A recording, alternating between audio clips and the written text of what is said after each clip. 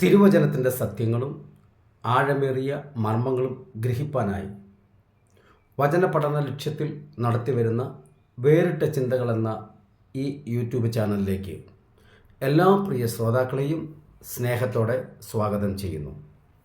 ഇന്ന് വേറിട്ട ചിന്തയുടെ 131 എപ്പിസോഡിൽ, അതായത് കഴിഞ്ഞ 3 ക്ലാസ്സുകളിലായി വിവരിച്ചു വരുന്ന സഭ എടുക്കപ്പെടുന്നത് എപ്പോൾ എന്നുള്ള വിഷയത്തെ ആസ്പദമാക്കിയുള്ള തുടർച്ച പഠനത്തിൻ്റെ 4ാമത്തെ ഭാഗമാണ് ഇന്ന് ചെയ്യുവാൻ ആഗ്രഹിക്കുന്നത്.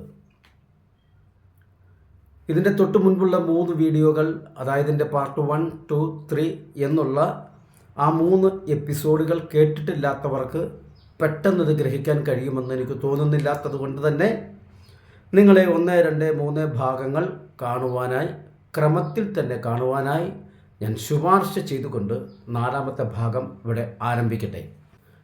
പ്രാരംഭത്തിൽ പറയാൻ ആഗ്രഹിക്കുന്നത്, സഭയെടുക്കപ്പെടുന്നത് മഹോദ്രവകാലത്തിന് മുൻപോ, മഹോദ്രവകാലത്തിൻ്റെ നടുവിലോ, മഹോദ്രവകാലം കഴിഞ്ഞോ, ഇങ്ങനെ 3 തര പഠിപ്പിക്കൽ നിലവിലുണ്ട്.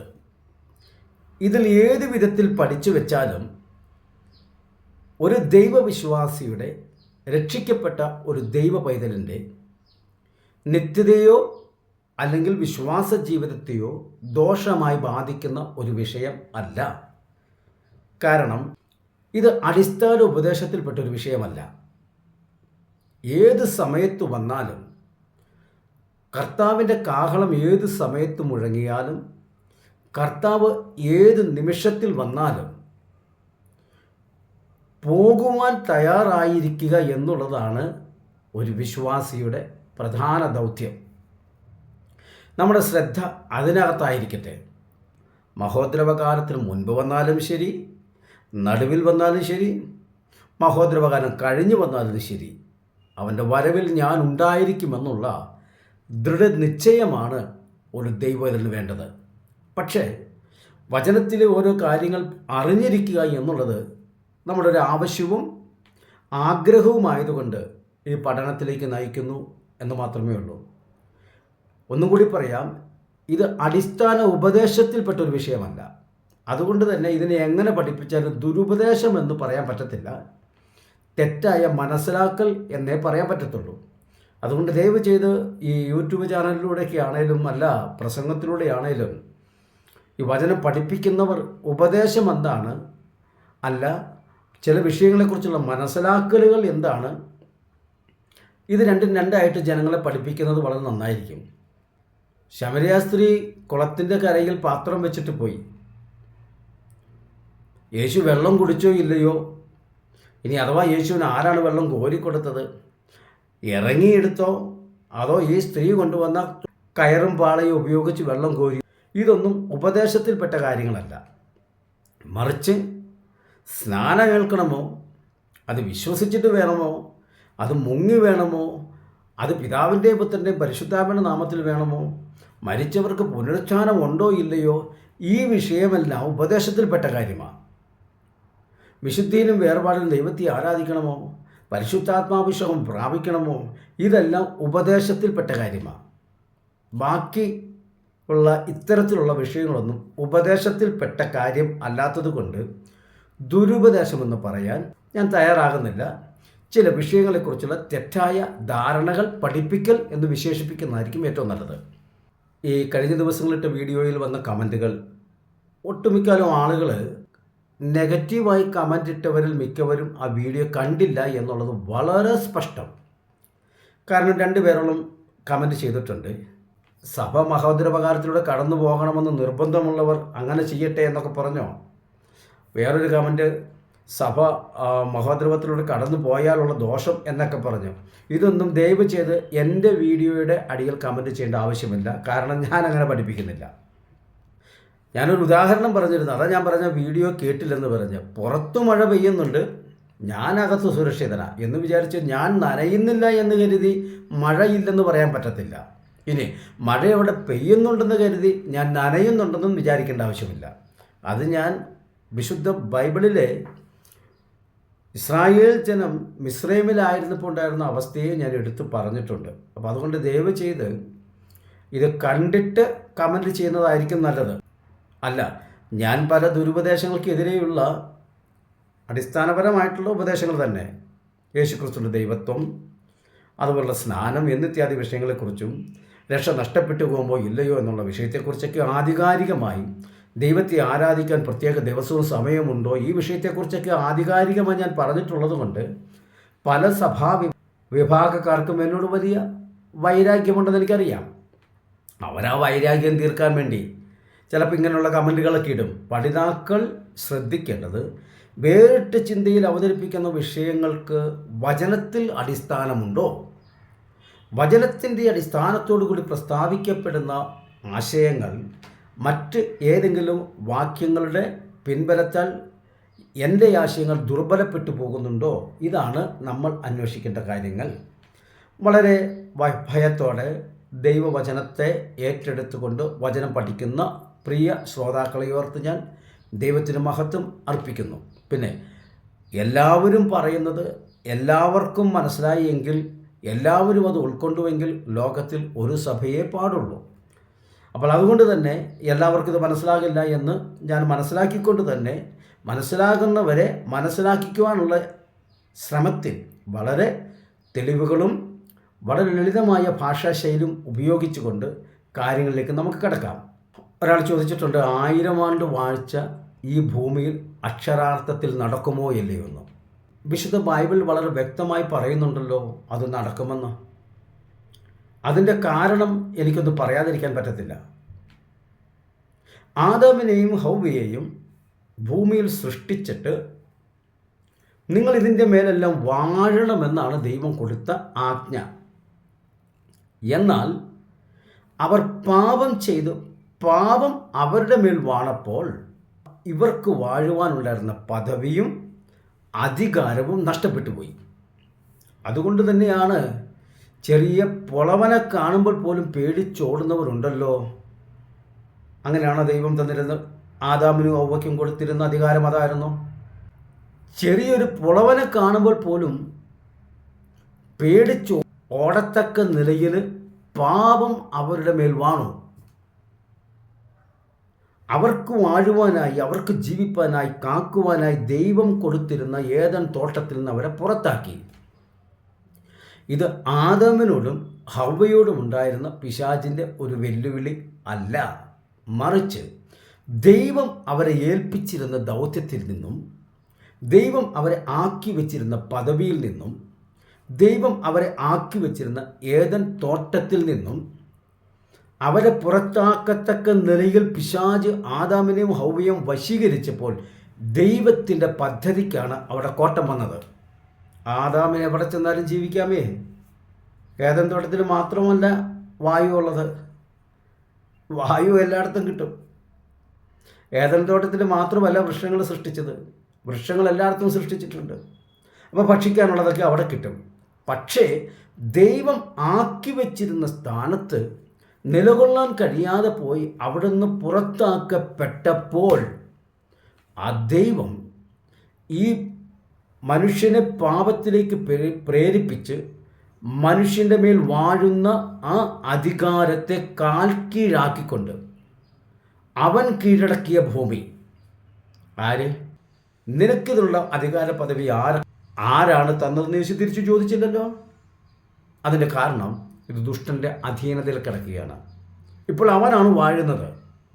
അതുകൊണ്ട് തന്നെ ഇതേ ഭൂമിയിൽ തന്നെ ഒരു നീതിയുള്ള രാജാവിനെ വെച്ചൊരു ഭരണം നടത്തി നീതിയോടെ വാണുകൊണ്ട് ദൈവത്തിൻ്റെ രാജാധികാര പദവികളെ മനുഷ്യരുടെ മുൻപിൽ നിന്ന് വെളിപ്പെടുത്തി അത് പിശാചിനെ പിടിച്ചു കെട്ടിയിട്ട്, അവിടെയാണ് അതിൻ്റെ പ്രധാന മർമ്മം. നീയല്ലേ അന്ന് ഞാൻ നിഷ്പാപയുഗത്തിൽ ഒരു പാപരഹിതമായ അന്തരീക്ഷത്തിൽ മനുഷ്യനെ സൃഷ്ടിച്ച് ഏദൻ തോട്ടത്തിലാക്കി വെച്ചപ്പോൾ നീയല്ലേ വന്ന് അവരെ പാപം ചെയ്ത് അവരെ വീഴ്ത്തിക്കളഞ്ഞത്? അതുകൊണ്ട് നിന്നെ പിടിച്ച് കെട്ടിയിട്ടിട്ട് ഒരു നീതിയുടെ ഭരണം ഞാനിവിടെ സ്ഥാപിക്കും എന്നുള്ളത് ദൈവത്തിൻ്റെ ഒരു നീതിയാണ്. ആരോട്? മനുഷ്യനോട്. മറുഭാഗത്ത് പിശാചിനുള്ളതൊരു വലിയ വെല്ലുവിളിയാണ്. ദൈവത്തിന് അങ്ങനെ വെല്ലുവിളി ഉണ്ടോ? ഉണ്ട്. ഹേ മരണമേ നിന്റെ ജയം എവിടെ? ഹേ പാതാളമേ നിന്റെ വിഷമുള്ളവിടെ എന്ന് ചോദിക്കുന്നത് വെല്ലുവിളിയുടെ ശബ്ദമല്ലേ? അത് വെല്ലുവിളിക്കും. കാരണം മനുഷ്യനെ പാപത്തിലേക്ക് വീഴ്ത്തിക്കളഞ്ഞിട്ട് മരണമിവിടെ വാണപ്പോൾ അവനെ പാതാളത്തിന് അർഹനാക്കി മാറ്റി. അതുകൊണ്ട് തന്നെ ദൈവം ചോദിക്കുകയാണ്, പാപത്തിൽ വീണുപോയ മനുഷ്യനെ വീണ്ടെടുത്തിട്ട് പറയുകയാണ്, രണ്ടാം മരണത്തിന് അവരുടെ മേൽ അവകാശമില്ലാത്ത വിധത്തിൽ മരണത്തിൻ്റെ മേൽ ജയം കൊടുത്തിട്ട് ആ തേജസ്കരണം പ്രാപിച്ച ശരീരത്തോടു കൂടി ഉയർത്തി നിൽക്കുമ്പോൾ അവൻ വിരഹിക്കുന്ന ആകാശത്തിലെ രാജ്ഞിയും ആകാശത്തിലെ സൈന്യം സ്വർലോകത്തിലെ ദുഷ്ടാത്മസേനകളും വിരഹിക്കുന്ന ആ ആകാശത്തിലൂടെ കടന്നു പോകുമ്പോൾ ചോദിക്കുന്നൊരു ചോദ്യമുണ്ട്. ഹേ മരണമേ നിന്റെ ജയം എവിടെ? ഹേ പാതാളമേ നിന്റെ വിഷമുള്ള എവിടെ? സകലത്തിനെയും പരാജയപ്പെടുത്തി കാൽക്കീഴാക്കി ചവിട്ടി മെതിച്ചവനാണ് വിജയത്തിൻ്റെ വാക്കുകൾ പറഞ്ഞ് വെല്ലുവിളിയുടെ സ്വരത്തോ മുഴക്കി കടന്നു പോകുന്നത്. അപ്പോൾ വെല്ലുവിളി ഉണ്ടല്ലോ, ഉണ്ട്. അതുകൊണ്ട് തന്നെ കർത്താവ് തൻ്റെ മണവാട്ടിയുമായി ഈ ഭൂമിയിൽ, ഞാനൊരു ഉദാഹരണം പറയാം, അത്രത്തോളം യോജിക്കുമെന്ന് എനിക്കറിയില്ല.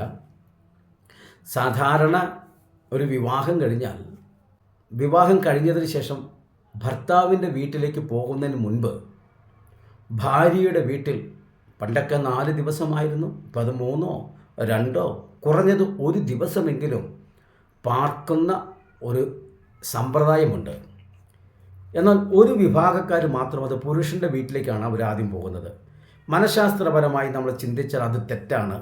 കാരണം അപ്പനെയും അമ്മയെയും സഹോദരങ്ങളെയും വിട്ടുപിരിയാതെ ജീവിച്ചിട്ടുള്ളൊരു പെൺകുട്ടി യാതൊരു പരിചയവുമില്ലാത്ത ഒരു ദേശത്തേക്ക്, യാതൊരു മുൻ പരിചയമില്ലാത്തൊരു കുടുംബത്തിൽ, യാതൊരു മുൻ പരിചയമില്ലാത്ത ആളുകളുടെ കൂടെ ഒരു രാത്രിയിൽ പാർക്കുന്ന ആ ദിനങ്ങൾ അവർക്ക് മാനസികമായി അസ്വസ്ഥത ഉണ്ടായേക്കാം.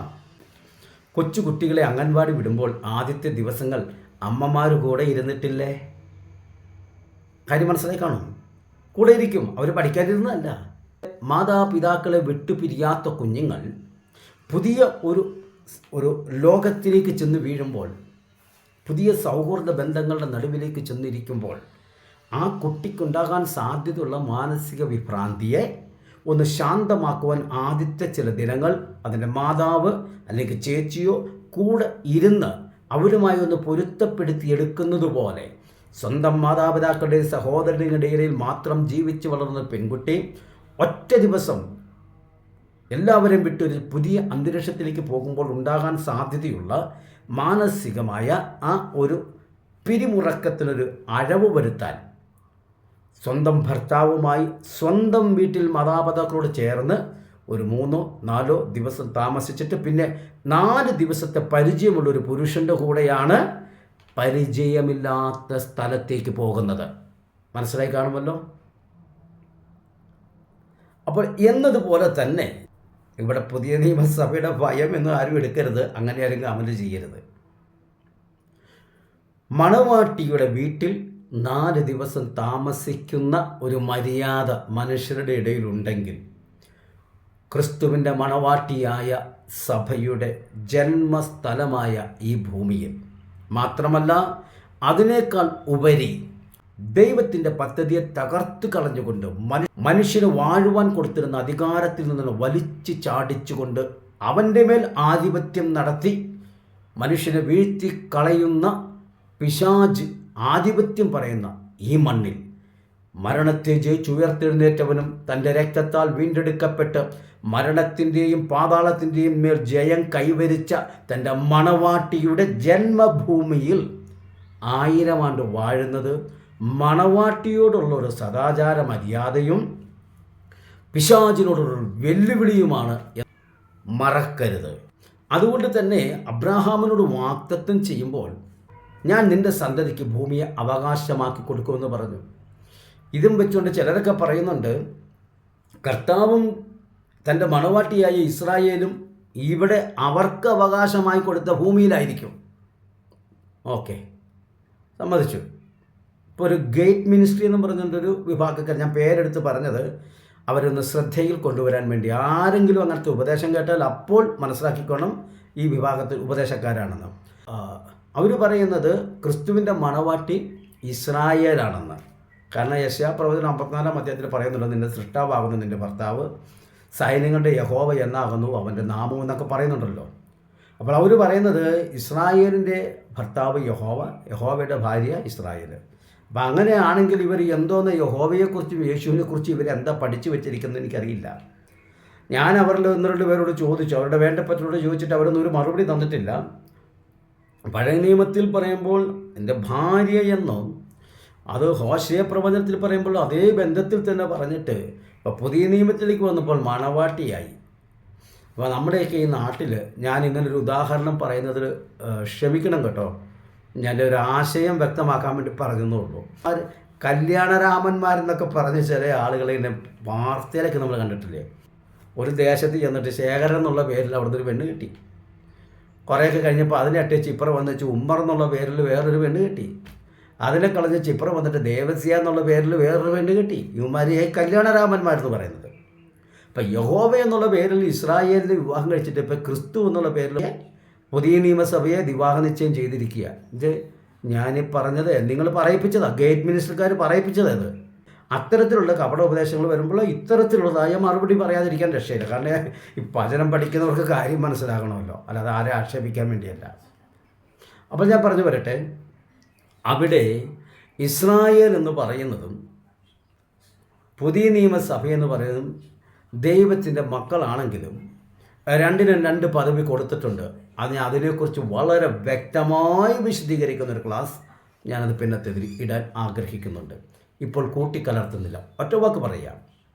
പഴയ നിയമ ഭക്തന്മാരും പുതിയ നിയമസഭയിലെ വിശ്വാസികളും ഉയർത്തെഴുന്നേൽക്കുന്നത് രണ്ടും 2 പ്രാവശ്യമായിട്ടാണോ അതോ ഒറ്റ പ്രാവശ്യമായിട്ടാണോ? ഇതിന് നിങ്ങൾ തന്നെ ഒരു മറുപടി കണ്ടെത്തുക. ഞാൻ എൻ്റെ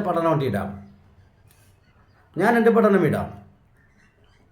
കർത്താവ് താൻ ഗംഭീരനാഥത്തോടും പ്രധാന ദൂതൻ്റെ ശബ്ദത്തോടും ദൈവത്തിൻ്റെ കാഹളത്തോടും കൂടി ഇറങ്ങി വരുമ്പോൾ ക്രിസ്തുവിൽ മരിച്ചവർ ഉയർത്തെഴുന്നേൽക്കും. ശ്രദ്ധിക്കണം, ക്രിസ്തുവിൽ മരിച്ചവർ. ഒരു ചോദ്യം വരും, ക്രിസ്തു ജനിച്ച് ജീവിച്ച് മരിച്ച് ഉയർത്തെഴുന്നേറ്റതിന് ശേഷം മരിച്ചവരുടെ കാര്യമല്ലേ ക്രിസ്തുവിൽ മരിച്ചവർ? ന്യായമായൊരു ചോദ്യമാണ്. അപ്പോൾ അങ്ങനെയെങ്കിൽ പഴയ നിയമഭക്തന്മാർ മരിച്ചത് ക്രിസ്തുവിലല്ലല്ലോ? അല്ല. അങ്ങനെയെങ്കിൽ അവരെപ്പോഴും ഉയർത്തെഴുന്നേൽക്കും? നല്ലൊരു ചോദ്യമാണ്. എന്നാൽ വെളിപ്പാട് പുസ്തകം 20-ാം അധ്യായത്തിൻ്റെ 6-ാമത്തെ വാക്യത്തിൽ വരുമ്പോൾ 1-ാമത്തെ പുനരുത്ഥാനത്തിൽ പങ്കുള്ളവർ ഭാഗ്യവാന്മാരും വിശുദ്ധരുമാകുന്നു. ശ്രദ്ധിക്കാൻ 2 രീതിയിലാണ് വിശേഷിപ്പിച്ചിരിക്കുന്നത്. ഒന്ന് ഭാഗ്യവാന്മാർ, ഒന്ന് വിശുദ്ധർ. എന്താണ് വിശുദ്ധർ എന്ന് എടുത്തു പറയാൻ കാരണം? ദൈവം മുൻപാകെ ജീവിച്ച് മരിച്ച എല്ലാ വിശുദ്ധരും അതിനകത്ത് ഉൾപ്പെടും. ഇല്ല എങ്കിൽ എൻ്റെ ചോദ്യം വളരെ ശ്രദ്ധിച്ച് മനസ്സിലാക്കണം. ഇല്ല എങ്കിൽ എൻ്റെ ചോദ്യം, മഹോദ്രവ കാലത്തിന് മുൻപ് കർത്താവ് വന്നാൽ ഉയർത്തെഴുന്നേൽക്കുന്നത് ആരായിരിക്കും? ക്രിസ്തുവിൻ്റെ മണവാട്ടി സഭയിലെ അംഗങ്ങൾ മാത്രമായിരിക്കുമോ? ആണെങ്കിൽ പഴയ നിയമഭക്തന്മാർ എപ്പോൾ ഉയർത്തെഴുന്നേൽക്കും? ഇതാണ് 1-ാമത്തെ പുനരുത്ഥാനം. കാഹളം മുഴങ്ങുമ്പോൾ സംഭവിക്കുന്ന പുനരുത്ഥാനമാണ് 1-ാമത്തെ പുനരുത്ഥാനം. ആ പുനരുത്ഥാനത്തിൽ പങ്കുള്ളവരാണ് ഭാഗ്യവാന്മാരെന്ന് പറയുമ്പോൾ അതിനുശേഷം നടക്കുന്ന എത്ര പുനരുത്ഥാനം നടന്നാലും അവർ ഭാഗ്യവാന്മാർ ആണോ അല്ലയോ? അവരും ഭാഗ്യവാന്മാരാണെങ്കിൽ എന്തുകൊണ്ട് ഇവിടെ 1-ാമത്തെ പുനരുത്ഥാനത്തിൽ പങ്കുള്ളവർ ഭാഗ്യവാന്മാരെന്ന് ആത്മാവിൽ യോഹന്നാൻ എഴുതി വെച്ചു?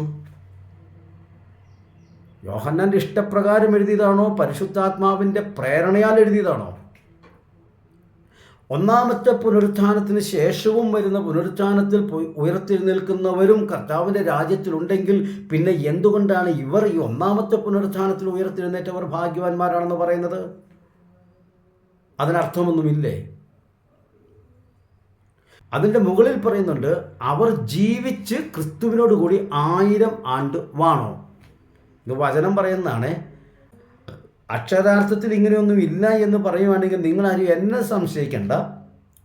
ഒന്നുകിൽ യോഹന്നാനെ സംശയിക്കുക, അല്ലെങ്കിൽ യോഹന്നാന് ഈ വെളിപ്പാട് കൊടുത്ത് പരിശുദ്ധാത്മാവിനെ സംശയിക്കുക. എന്നിട്ട് ഈ ചെറിയ സഹോദരനെ വെറുതെ അങ്ങോട്ട് ഊരിവിട്ടേരെ. ഞാൻ ബൈബിൾ വായിച്ചിട്ട് പറഞ്ഞതാണ്. എൻ്റെ ബൈബിളിൽ അത് പറയുന്നത് കൊണ്ട് ഞാൻ വിശ്വസിക്കുന്നു. ഞാൻ വിശ്വസിക്കുന്നത് കൊണ്ട് ഞാനത് പഠിപ്പിക്കുന്നു. അത്രേ ഉള്ളൂ. അപ്പോൾ ഇവിടെ 1000 ആണ്ട് അവരോട് കൂടി വാഴുമ്പോൾ ആര്? ക്രിസ്തുവിൽ മരിച്ചവർ മാത്രമാണ് ഉയർത്തെഴുന്നേൽക്കുന്നത് എങ്കിൽ 1000 ആണ്ട് വാഴ്ചയിൽ ഇസ്രായേൽ ജനം ഉണ്ടായിരിക്കുമോ ഇല്ലയോ? എൻ്റെ ചോദ്യം അവിടെയാണ്, ഒന്നാമത്തെ ചോദ്യം. അവരില്ല എങ്കിൽ ആഹാസ് രാജാവിനോട് ദൈവം ഒരു വാഗ്ദത്തം കൊടുക്കുകയാണ്. ആ വാഗ്ദത്തം കൊടുക്കാനുള്ള സാഹചര്യം അവരുടെ രാജ്യത്തോടുള്ള ബന്ധത്തിലാണ്. അവർക്ക് ശാശ്വതമായ ഒരു രാജ്യമോ നീതിയുടെ ഒരു ഭരണമോ കിട്ടാതെ പോയപ്പോൾ യഹോവ പറയാണ്, ഞാൻ നിങ്ങൾക്കൊരു രാജ്യം തരും. അപ്പോൾ അതിൻ്റെ ഉറപ്പിനെ കുറിച്ച് സംസാരിച്ചപ്പോൾ യഹോവ ആഹാസിനോട് പറഞ്ഞു, നീ ഒരു അടയാളം ചോദിച്ചോ? ആഹാസ് രാജാവ് പറഞ്ഞു, ഞാൻ യഹോവയെ പരീക്ഷിക്കുന്നില്ല. ശരി, എന്നാൽ ഞാൻ തന്നെ നിനക്കൊരു അടയാളം തരാം. ആ അടയാളത്തെ ഓർക്കുമ്പോൾ പലപ്പോഴും ഞാൻ അതിശയിച്ച് പോകാറുണ്ട്. എന്താണെന്നറിയാമോ? മനുഷ്യൻ ഒരിക്കലും കൃത്രിമമാക്കി ഉണ്ടാക്കി അവതരിപ്പിക്കാൻ പറ്റുന്ന ഒരു അടയാളമല്ല കൊടുത്തത്. ഇന്ന് ലോകത്തിലെല്ലാം കൃത്രിമമായിട്ടാണല്ലോ, അല്ലേ? നമ്മൾ ദിനം പ്രതി മേടിക്കുന്ന വെളിച്ചെണ്ണയ്ക്ക് തേങ്ങയുമായിട്ട് എന്തെങ്കിലും ബന്ധമുണ്ടോ? ഒരു ബന്ധവുമില്ല. അതൊക്കെ കൃത്രിമമായിട്ട് ഉണ്ടാക്കുന്നതാണ്. എന്നതുപോലെ തന്നെ മനുഷ്യൻ എത്ര ശ്രമിച്ചാലും കൃത്രിമമായിട്ടുണ്ടാക്കാൻ പറ്റാത്ത വിധത്തിലുള്ള ഇന്നത്തെ രീതിയിൽ ഒരു പക്ഷേങ്കിൽ ക്ലോണിങ്ങോ ഇഞ്ചക്ഷനോ എന്തെങ്കിലും വിധത്തിൽ സംഭവിച്ചെന്നിരിക്കട്ടെ, അത് മറ്റൊന്നുമില്ല. കന്യക ഗർഭിണിയായ ഒരു മകനെ പ്രസവിച്ചു. അന്നത്തെ ചുറ്റുപാടിൽ സാധ്യമായിരുന്നു ഇത്? അന്ന് സാങ്കേതിക വിദ്യകളൊക്കെ ഇത്ര ഉണ്ടായിരുന്നു? അതുകൊണ്ട് ആഹാസോട് പറയുക, എവിടെയെങ്കിലും ഒരു കന്യക ഗർഭിണിയായി മകനെ പ്രസവിച്ചിട്ടുണ്ടോ? ഇല്ല എങ്കിൽ ഞാൻ അത്തരത്തിലൊരു അടയാളമാണ് നിനക്ക് തരുന്നത്. നോക്കിക്കേ, അവരുടെ രാജ്യത്തെക്കുറിച്ച് പറഞ്ഞതാണ്. ആ പ്രസവിക്കപ്പെടുന്ന ആ പുത്രൻ, ആ ശിശു, അവൻ വളർന്ന ആരായും? യെശയ്യാപ്രവചനം 7-ാം അധ്യായത്തിൽ പറയുന്ന ഈ സംഭവം നമ്മൾ കാണുന്നു. അടുത്ത 9-ാം അധ്യായത്തിലേക്ക് വരുമ്പോൾ ആ രാജാവിൻ്റെ അധികാരം എന്തെന്ന് പറയുന്നത്, അവൻ അത്ഭുതമന്ത്രി, വീരനാം ദൈവം, നിത്യപിതാവ്, സമാധാനപ്രഭു, ആധിപത്യം അവൻ്റെ തോളിലിരിക്കും. 11-ാമത്തെ അധ്യായത്തിലേക്ക് വരുമ്പോൾ ആ രാജാവ് നീതിയോടെ വാഴുന്ന രാജാവാണ്. അതിൻ്റെ താഴോട്ട് അതിൻ്റെ ഭരണകാലത്തെ രീതി പറയുന്നുണ്ട്. ഞാൻ ചോദിക്കട്ടെ, അക്ഷരാർത്ഥത്തിൽ ഒരു 1000 ആണ്ട് വാഴ്ച ഇവിടെ നടക്കില്ല എങ്കിൽ ഈ രാജാവിന് എന്തിന് ഇസ്രായേലിൽ കൊടുത്തു? ഈ ഭരണം എവിടെ നടക്കും? അന്ന് പുള്ളിപ്പുലിയും പാമ്പിൻ്റെ കാര്യവും മാനിൻ്റെ കാര്യവും മൃഗത്തിൻ്റെ കാര്യവുമൊക്കെ പറയുമ്പോൾ വളരെ ശ്രദ്ധിക്കണം. 1000 ആണ്ട് വാഴ്ച എന്നുള്ളത് മധ്യാകാശത്തിലാണെങ്കിൽ അവിടെ പുള്ളിപ്പുലി വരുമോ? അവിടെ മാൻ വരുമോ? അല്ല, സ്വർഗത്തിലാണെങ്കിൽ അവിടെയും വരുമോ? ഈ സർപ്പമൊക്കെ അവിടെ വരുമോ? മാൻ വരുമോ? പുള്ളിപ്പുലി വരുമോ? ഇല്ല. അത് ഈ ഭൂമിയിൽ നടക്കുന്ന കാര്യമാണ് പറഞ്ഞിരിക്കുന്നത്. അക്കാലത്തെ ഭരണമാണ് നീതിയോടുള്ള ഭരണം. ഇതെന്തിനു വേണ്ടിയാണെന്നറിയാമോ? ഏദൻ തോട്ടത്തിൽ മനുഷ്യനെ വശീകരിച്ച് പാപം ചെയ്യിപ്പിച്ച ഒരുവനുണ്ടല്ലോ, അവനെ കാൽ കീഴാക്കി അവനെ പൂട്ടിയിട്ടേച്ചു, ഒതുക്കിയിട്ടേച്ച് അവനെ ഒതുക്കിയിട്ടേച്ചൊരു നീതിയുടെ ഭരണം ഇവിടെ നടത്തി കാണിക്കുമ്പോൾ ദൈവത്തിൻ്റെ പദ്ധതിയുടെ വിജയമാണ് അവിടെ വെളിപ്പെട്ട് വരുന്നത്. തൽക്കാലം ഏദൻ തോട്ടത്തിലൊന്ന് പരാജയപ്പെട്ടു എന്ന് പോയെന്ന് തോന്നിയേക്കാം, അല്ലേ? നീ ഇതിന് മേൽ വാഴുക എന്ന് പറഞ്ഞ് ഏൽപ്പിച്ചിട്ട് പിശാച് ചോദിക്കും, ഇപ്പം എന്തിയാ? ദൈവത്തോട് ചോദിക്കും, ഇപ്പം എന്തിയേ? വാഴുമെന്ന് പറഞ്ഞു കൊടുത്തിട്ട് എന്തിയേ? അവന് വാഴ്ചയുടെ പോയി. വാഴ്ച ഇപ്പോൾ എൻ്റെ കയ്യിലായി. ദൈവം മൗനമായിരിക്കുക. അവന് വാക്കിലല്ല അവന് മറുപടി കൊടുക്കുന്നത്, അവന് പ്രവൃത്തിയിലാണ് മറുപടി കൊടുക്കുന്നത്. ചില സംഭവങ്ങളൊക്കെ അങ്ങനെയുണ്ട്.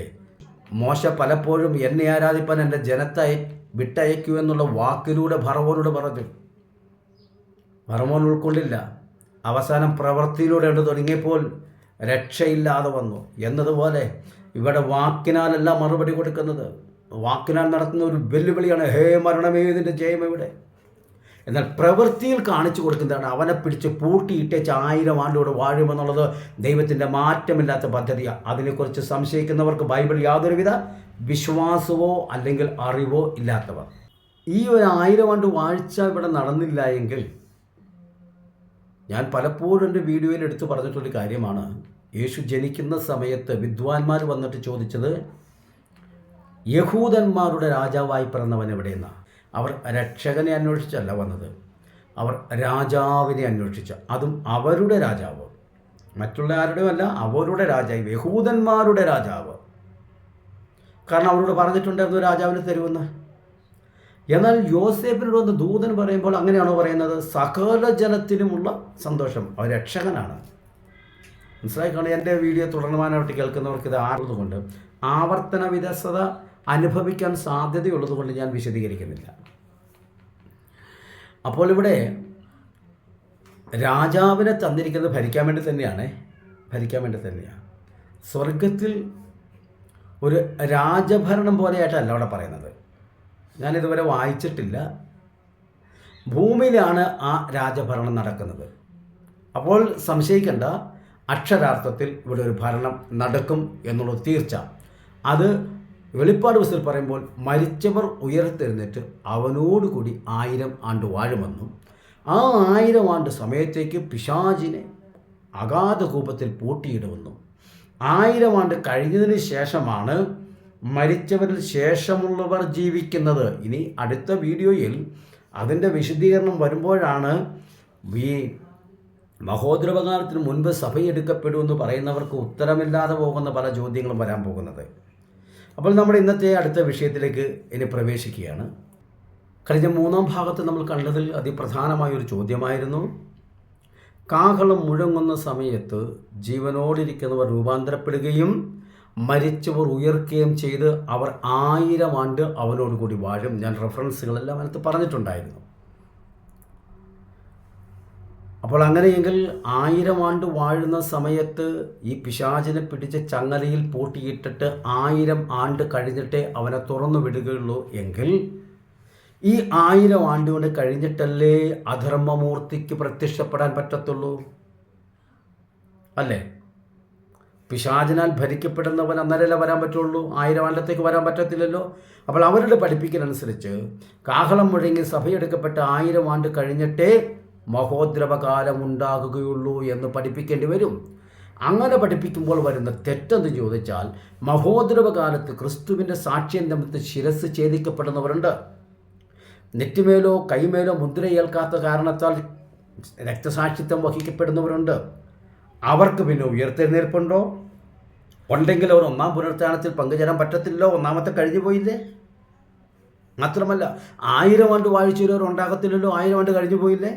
അപ്പം അതിൻ്റെയൊക്കെ വിശദീകരണം പിന്നാലെ വരുന്നു എന്നുള്ളത് കൊണ്ട് ഇപ്പോൾ ഞാൻ അടക്കി ഒതുക്കി വെച്ചിട്ട് അടുത്ത ചിന്തയിലേക്ക് വരാം. പിന്നെ പറഞ്ഞിരിക്കുന്നത്, പഴയ നിയമത്തിൽ പറഞ്ഞിരിക്കുന്ന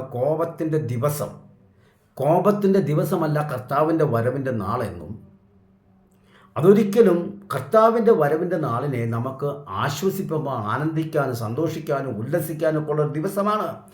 അത് കോപത്തിൻ്റെ ദിവസമല്ല. കാരണം കർത്താവ് വരുന്ന അന്ന് ഒരു ന്യായവിധി നടക്കാൻ പോകുന്നില്ല, ബൈബിളിൽ എങ്ങും പറയുന്നില്ല. മാത്രമല്ല കർത്താവിൻ്റെ ദിവസമെന്ന് പറയുന്നത് ഒരു ദിവസത്തെ കാര്യമാണ്. എന്നാൽ മഹോദ്രവകാലം എന്ന് പറയുന്നത് 7 വർഷത്തെ കാലമാണ്. ദിവസവും കാലവും വളരെ വ്യക്തമായി പറയുന്നുണ്ട്.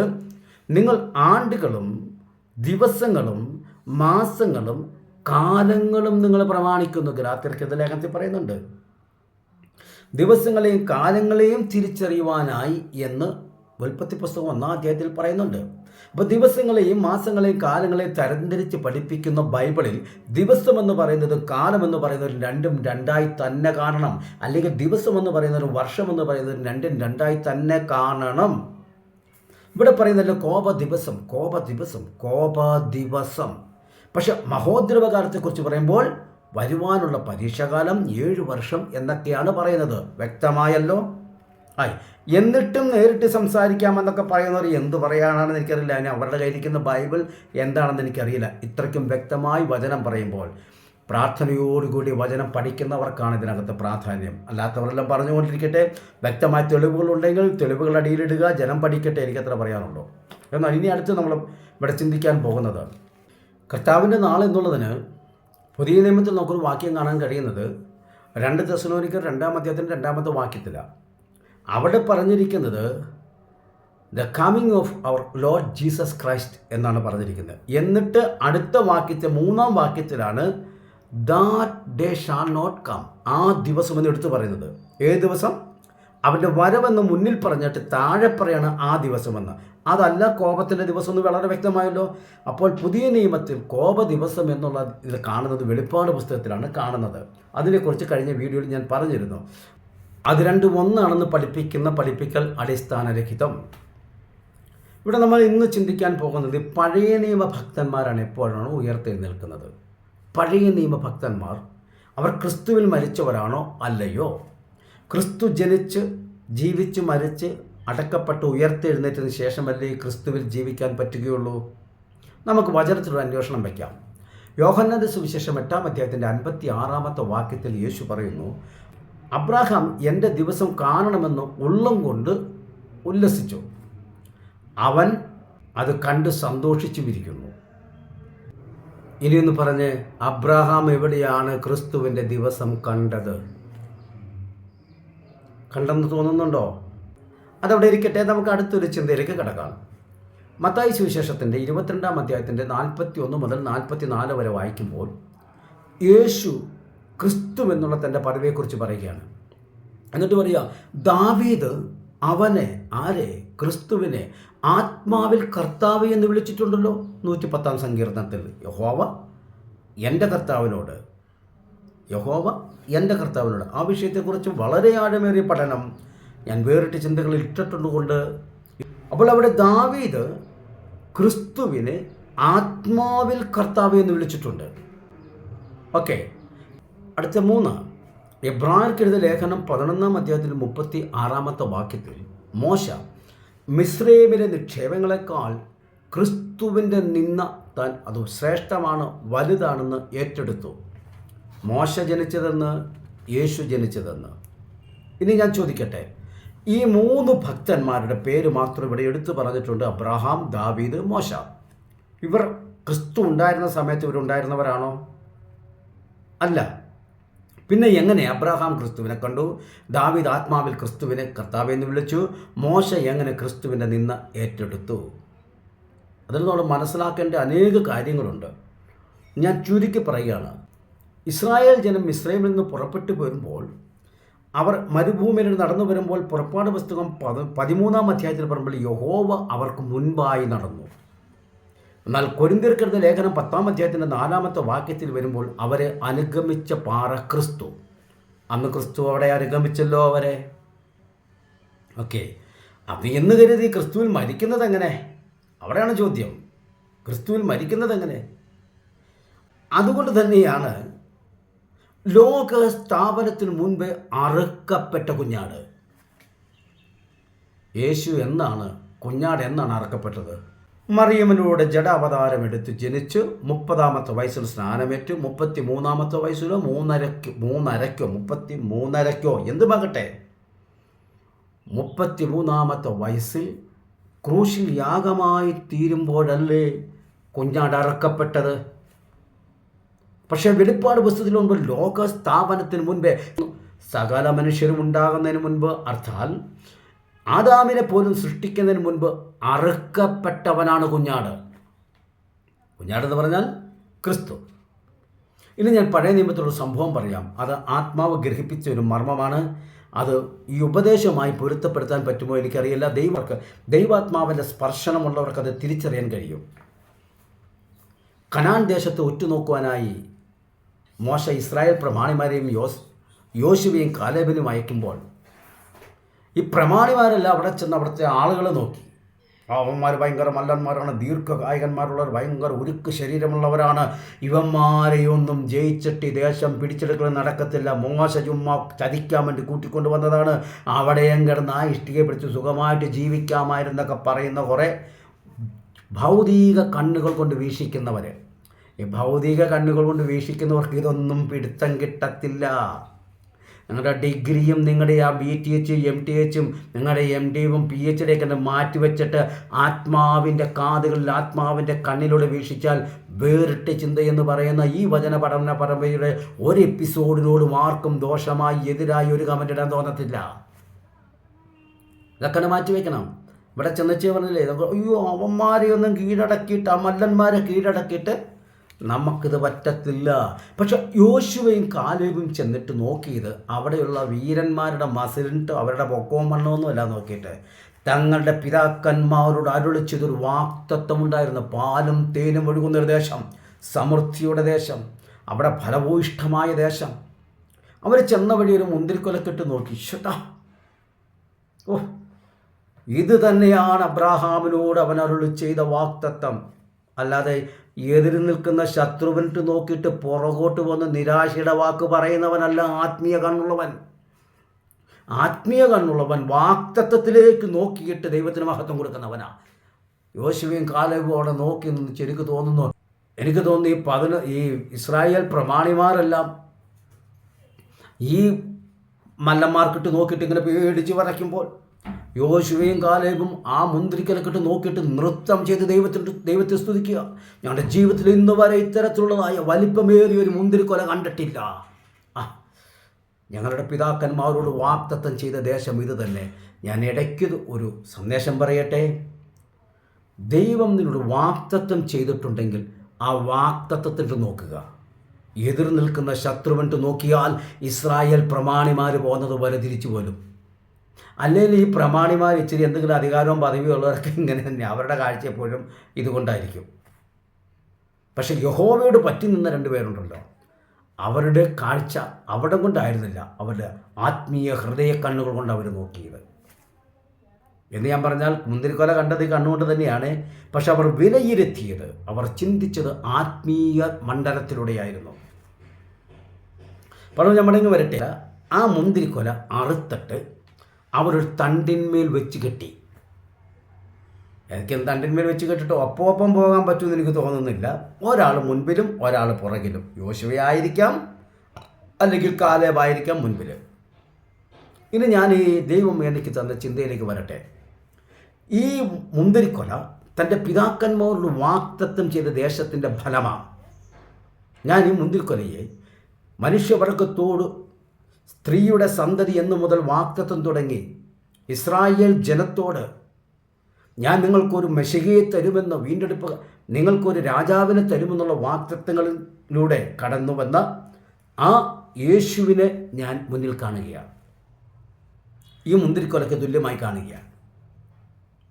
മുന്നിൽ പോകുന്നവനും പുറകിൽ പോകുന്നവനും ഇത് നടുവിൽ വെച്ച് കെട്ടിയിരിക്കുകയാണ്.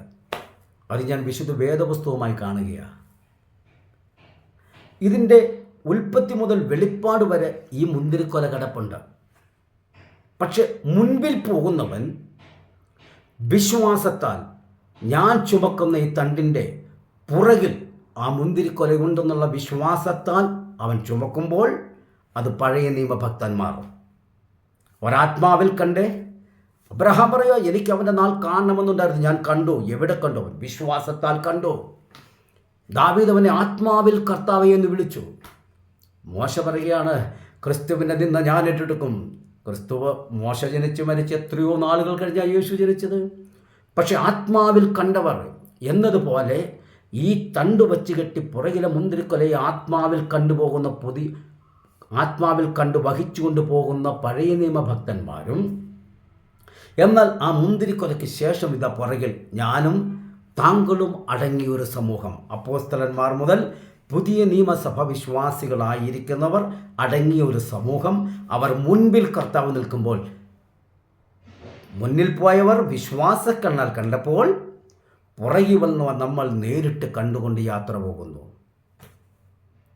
ഒന്നും കൂടി പറയാം. മുന്നിൽ പോയവൻ എൻ്റെ പുറകിൽ ഒരു മുന്തിരിക്കൊല ഉണ്ട് എന്നുള്ള വിശ്വാസത്താൽ പോയപ്പോൾ പുറകിൽ നിന്നവൻ അവൻ്റെ മുന്നിൽ നിൽക്കുന്ന മുന്തിരിക്കൊലയിൽ നിന്ന് ഓരോന്ന് പറിച്ച് അടർത്തി അവൻ ഭക്ഷിച്ചതിൻ്റെ രുചി അറിഞ്ഞുകൊണ്ട് ചുമക്കുന്നത് പോലെ ഇന്ന് ക്രിസ്തുവിൻ്റെ സ്നേഹം, അവൻ്റെ ക്രിസ്തുവിൻ്റെ വാത്സല്യം, ക്രിസ്തുവിൻ്റെ കരുതൽ അനുഭവിച്ചുകൊണ്ട് പോരുന്നത് നമ്മളാണ്. ശ്രദ്ധിക്കണം, മോശ ഏറ്റെടുത്തത് ക്രിസ്തുവിൻ്റെ നിന്ദയാണ്. ഇന്ന് എത്ര പേർക്ക് അതിന് തയ്യാറാണ്? ഒരു നിന്ന കേട്ടാൽ പിടിച്ചു നിൽക്കാൻ എത്ര പേർക്ക് കഴിയും? രണ്ട് ഇടി തന്നാലും ശരി, അപവാദം കേൾക്കാൻ ആരും തയ്യാറല്ല. അത് കേൾക്കണം. അപവാദം എന്ന് പറഞ്ഞാൽ ഇല്ലാത്ത വിഷയങ്ങളെക്കുറിച്ചാണ്. എന്തെങ്കിലും ചെയ്തു കൂട്ടിയിട്ടുള്ളതല്ല, ഇല്ലാത്തതിനെക്കുറിച്ച് അത് കേൾക്കണം. അപ്പോസ്തല പ്രവൃത്തി 4-ാം അധ്യായത്തിൽ പറയുന്നുണ്ട്, അവൻ്റെ നാമത്തിനു വേണ്ടി അപമാനമേൽക്കുവാൻ ഞങ്ങൾ യോഗ്യരായി എണ്ണിയിരിക്കയാൽ. ക്രിസ്തുവിൻ്റെ നാമത്തിൽ ഒരു നിന്ദയും അപവാദം കേൾക്കണമെങ്കിൽ അതിനൊരു യോഗ്യതയും കൂടെ വേണേ.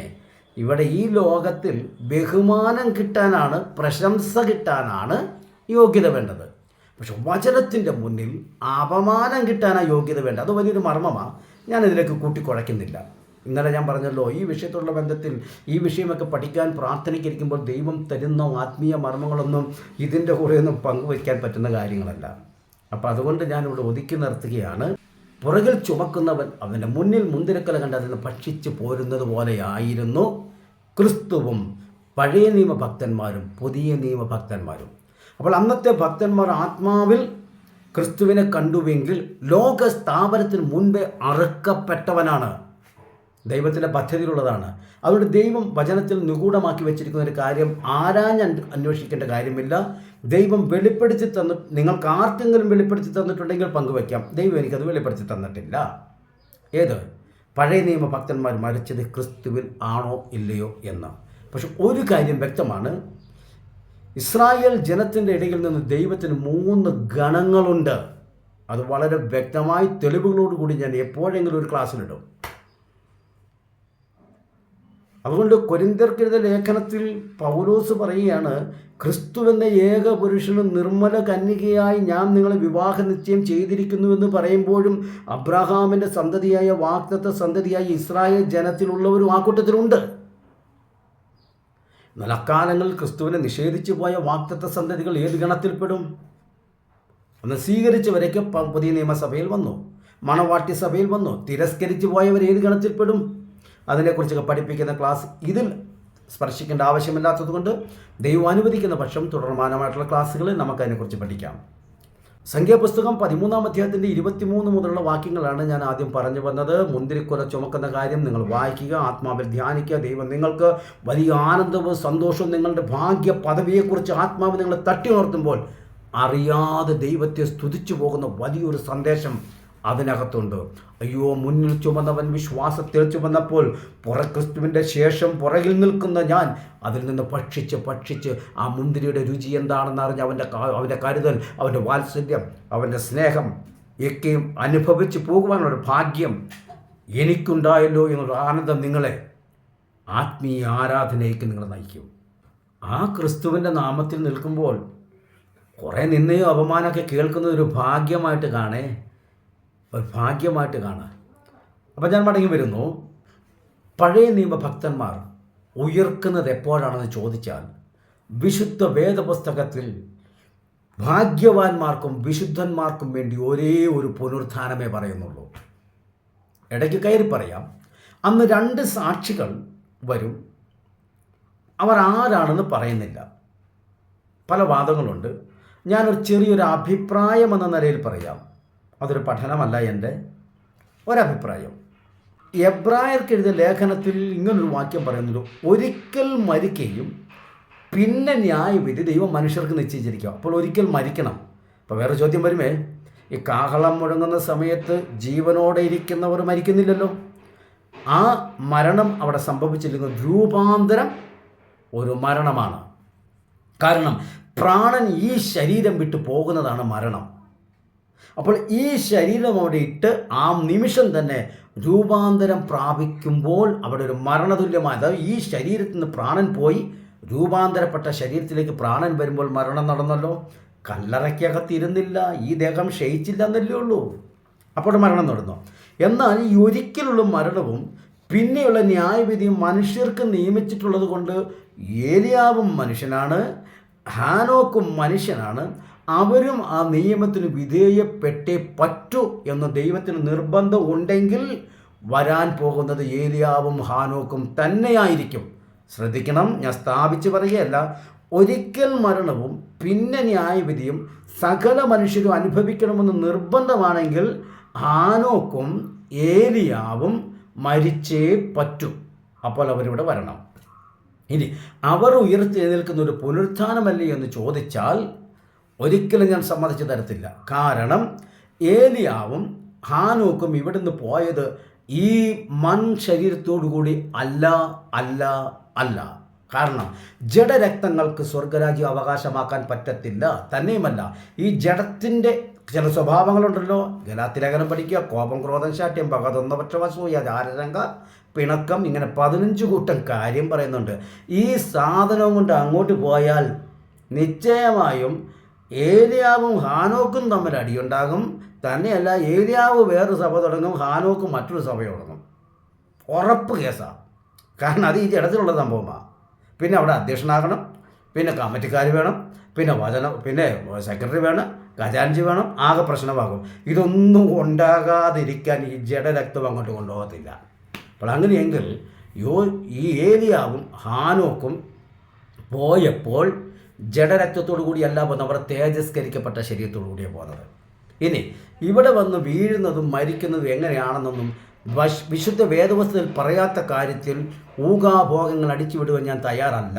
വിശുദ്ധ വേദപുസ്തകം സ്പഷ്ടമായി തെളിവുകളോട് തരുന്ന വിഷയം മാത്രമേ പഠിപ്പിക്കത്തുള്ളൂ. അതുകൊണ്ട് തന്നെ അവിടെ 2 സാക്ഷികൾ വരും. ഇനി അവർ മരിച്ചിട്ട് ഉയർത്തെഴുന്നേറ്റ് അതൊരു പുനരുത്ഥാനമല്ല, അത് പുനർജീവനിലേക്ക് വരുന്നതാണ്. കാരണം ഏലിയാവിൻ്റെ കാലത്ത് ഒരു ബാലൻ മരിച്ച് ഉയർത്തെഴുന്നേറ്റ് പുനരുത്ഥാനമല്ല. എലീശയുടെ കാലത്ത് ഒരു ബാലൻ മരിച്ച് ഉയർത്തെഴുന്നേറ്റ് പുനരുത്ഥാനമല്ല.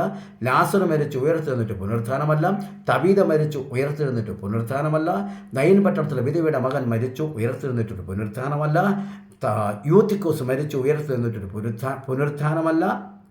അതെല്ലാം വീണ്ടും മരണത്തിന് വിധേയമാകുന്ന ശരീരത്തോടു കൂടി ഉയർത്തെഴുന്നേറ്റ് ജീവനിലേക്ക് മടങ്ങി വന്ന ഒരു പ്രതിഭാസമാണ് അവിടെ സംഭവിച്ചത്.